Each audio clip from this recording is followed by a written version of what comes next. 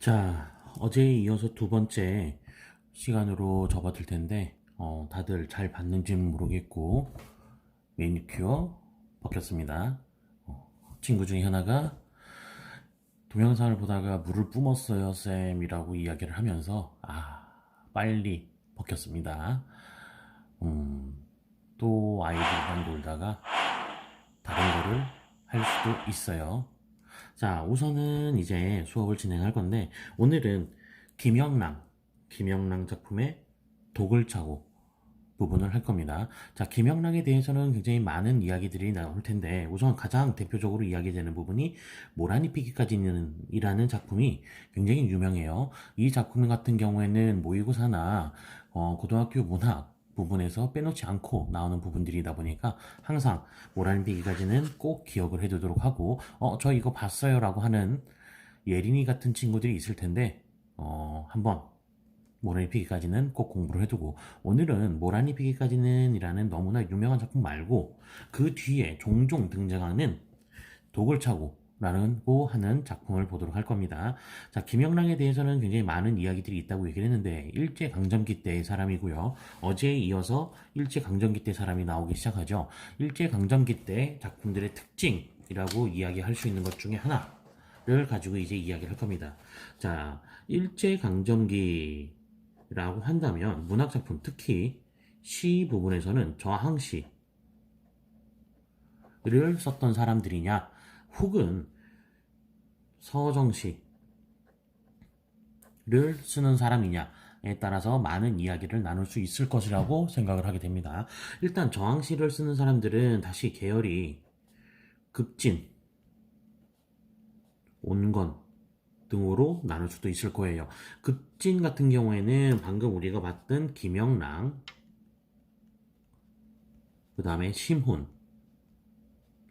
같은 사람들이라고 이야기를 할 수가 있을 것이고, 온건 같은 경우에는 우리가 많이 알고 있는 이육사 같은 사람들이라고 이야기를 할 수도 있을 것입니다. 자, 김영란 같은 경우는 급진이라고는 이야기했지만 말 그대로의 급진은 아니고 당장 독립이 되면 좋겠다 라는 생각으로 많이 이야기를 하던 사람 중에 한 명이라고 이야기를 합니다. 적극적인 역사관을 가진 사람이라고 이야기를 할 수가 있죠. 화면이 점점 이동을 하죠. 자, 그러면 이제 본문을 들어가 보도록 할 겁니다. 본문을 들어가서 보게 되면은, 자, 첫 번째, 김영랑의 독을 차고 해서 이 독자를 한번 보세요. 자, 독자가 우리가 알고 있는 독자가 어떤 독자일까요? 이게 뱀 독할 때 치명적인 그런 독자를 가지고 있습니다. 그런데 여기서 제목에서 독을 차다라고 이야기를 해요. 우리가 보통 무엇을 차다라는 것은 내 품에 가지고 있다라고 이야기를 할 수가 있는데, 여기에서 독을 차다라는 건 내가 독을 품었다, 독을 가지고 있다, 어떠한 마음에 안 좋은 것을 담아두다 라고 이야기를 할 수가 있을 것입니다. 자, 그럼 본문 봅시다. 자, 내 가슴에 독을 찬지 오래로다 라고 이야기하면서 아직 아무도 해한 일이 없는 새로 뽑은 독, 벗은 그 무서운 독을 그만 흩어버리라 한다. 나는 그 독이 선뜻 벗도 해할지 모른다고 위협을 한다 라고 얘기를 했는데, 자, 중요한 이야기들 몇 가지가 나왔어요. 자, 본문 하나하나 해석을 한번 해봅시다. 우선 첫 번째 부분에서, 자, 독을 자고 1년 파트로 나누어서 이야기를 한번 해봅시다. 1년 파트에서는, 자, 독을 품은 지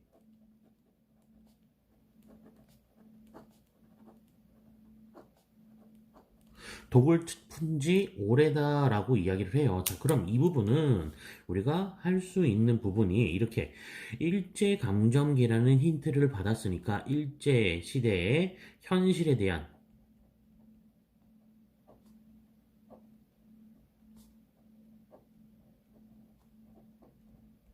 저항의지라고 표현을 할 수가 있겠죠. 자, 그 다음에 두 번째, 하지만 아무도 해한 일이 없는 새로 뽑은 독이라고 얘기를 해요. 자, 중요한 거죠. 독을 찬 지 오랜데 아무도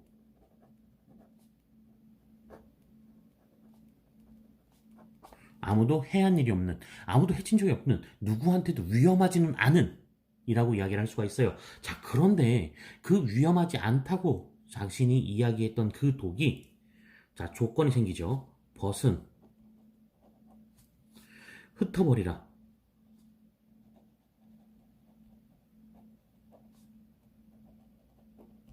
자, 아무도 해한 일이 없는 그 무서운 독을 벗은 흩어버리라고 이야기를 한다고 그랬어요. 자, 우리가 보통 이런 사람들을 가지고 이야기를 할 때, 좋은 친구다 라고 이야기를 하는 친구들도 있을 거예요. 왜냐? 내 몸에 있는 위험한 독들을, 나의 안전을 위해서 라고 이야기를 할 수가 있을 거예요. 그런데, 김영랑의 사상이나 생각을 이해를 한다면 이 친구는 김영랑의 작가의, 즉 화자의 생각 혹은 사상 공유하지 못하는 사람인 거겠죠. 자, 김영랑이 독을 품었다고 이야기하는 이유가 뭘까요? 아까도 얘기했지만 일제 현실에 대한 저항적 의지를 표현한 거란 말이에요. 그런데 그런 저항적 의지를 표현한 친구에게 흩어버리라고 한다 라는 벗이 있다면 이 벗은 어떤 사람일까요? 그래요. 자, 쉽게 생각하는 것처럼 친일이라고 이야기를 할 수가 있을 거예요. 자, 세 번째, 나는 여기서 좀 더 확증적으로 얘기를 할 수 있는 게 나는 그 독이 벗을 해할지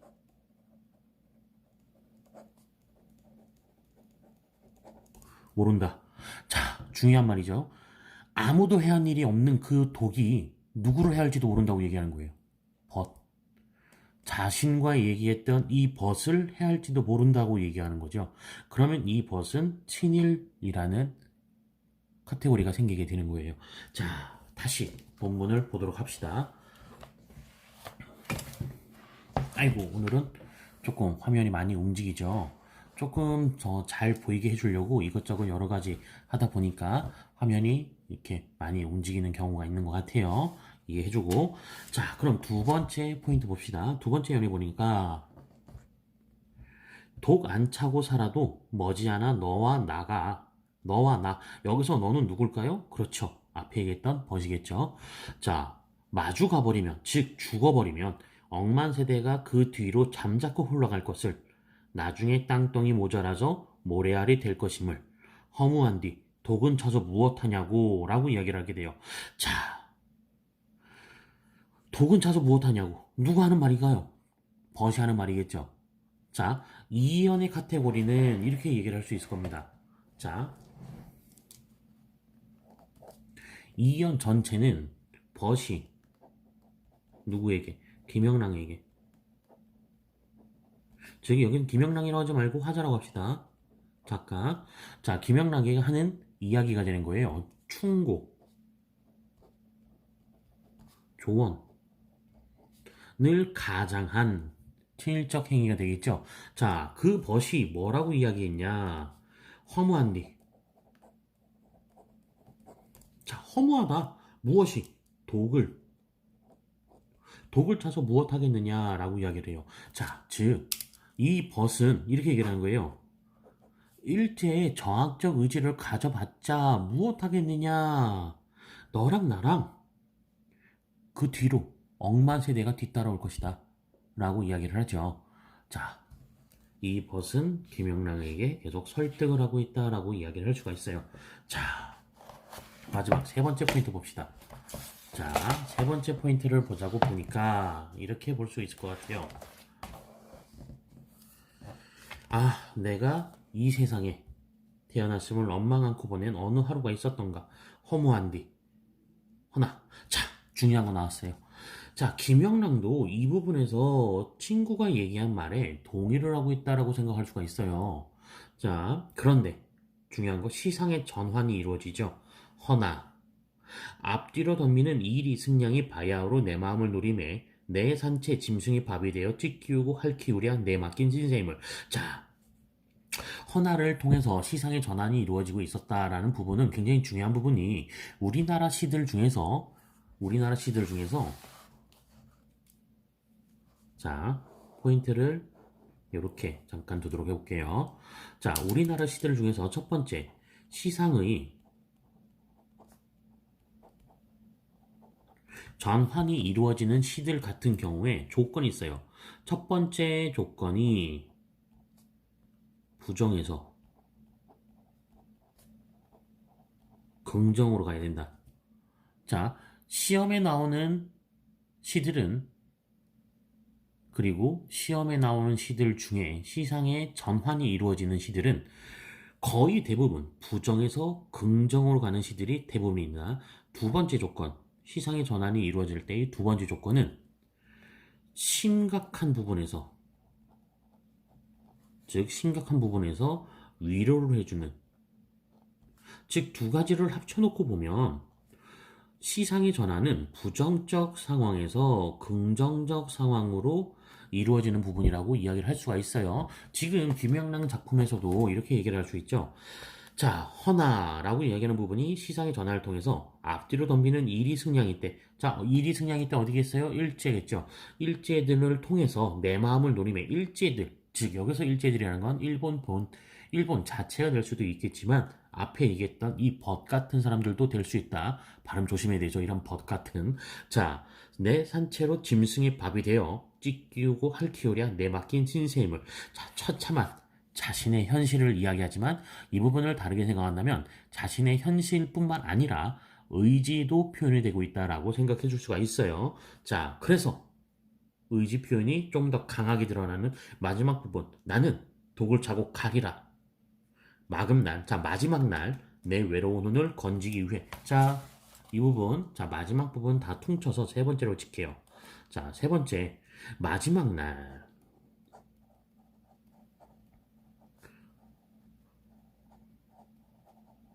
마지막 날은 죽음을 상징할 거예요. 자신의 죽음을 상징하는 그 날, 혼을 건지기 위해라고 이야기를 해요. 자, 그러면은 김영랑 시인 같은 경우에는 이 혼을 굉장히 중요하게 생각을 했다라고 우리가 알 수 있는 부분인 게, 자, 어떻게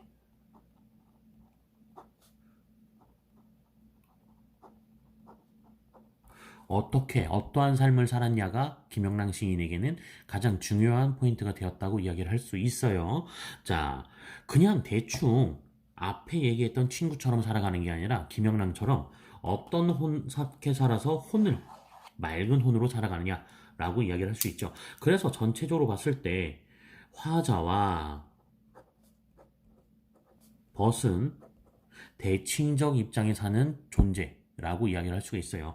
자, 이 부분에서 우리가 알 수 있듯이 할 수 있는 게 화자는 마지막 날에 혼을 위한 사람을 사는 거고 벗은 현재를 위한 삶을 살고 있다라고 이야기를 할 수가 있어요. 자, 김영랑 시인의 독을 차고를 했어요. 자, 그 뒤에 이제 중요한 내용들을 한번 살펴보면서 이야기를 합시다. 자, 김영랑 시인의 작품 개관을 한번 살펴보면 우선 일제강점기 현실에 대한 대결적 의지라고 표현이 되어 있어요. 자, 여기서 대결적 의지라는 건 아까 얘기했던 벗이 될 수도 있고 일제 자체가 될 수도 있어요. 자, 그 다음에 두 가지 삶의 자세를 대조적으로 보여준다. 앞에서 얘기했다시피 벗과 김영란의 삶의 자세를 얘기할 수 있다라고 얘기를 하면 됩니다. 자, 대조적인 삶의 자세가 시의 화자와 벗의 수능적 태도, 의지적 태도 두 가지를 가지고 이야기를 하는 걸 생각해 봐야 돼요. 자, 그 다음에 시호의 상징적 의미 이거 굉장히 중요한 게 도, 일이 승량이, 외로운 혼을 이야기를 할 수가 있어요. 자, 그래서 김영랑 시인의 독을 차고 작품 같은 경우에는 다른 일제강점기 때 저항시들과 많이 묶여서 나오는 경우들이 있어요. 앞에 얘기했던 김영랑 시인의 모란이 피기까지는 이런 부분에서는 저항적 의지를 가진 작품이라고 보기는 사실 힘들다고 이야기는 해요. 자, 그런데 요 작품 독을 차고 같은 경우에는 다른 저항적 의지를 가진 작품들과 많이 연결이 되는 경우들이 있으니까 만약 내가 모르는 작품이 나왔는데 그중 하나가 연계되어 있는 작품이 독을 차고 나왔다. 그러면 일제강점기 때의 저항적 의지, 개인의 의지라는 부분들로 연결시켜서 수업을 해주면, 공부를 해주면, 혹은 문제풀이를 해주면 조금 더 도움이 되는 효과를 받을 수 있을 거예요. 자, 다음 시간에는 우리 무엇을 할지 다음 컨텐츠를 보도록 해볼게요. 자, 여기서 그만.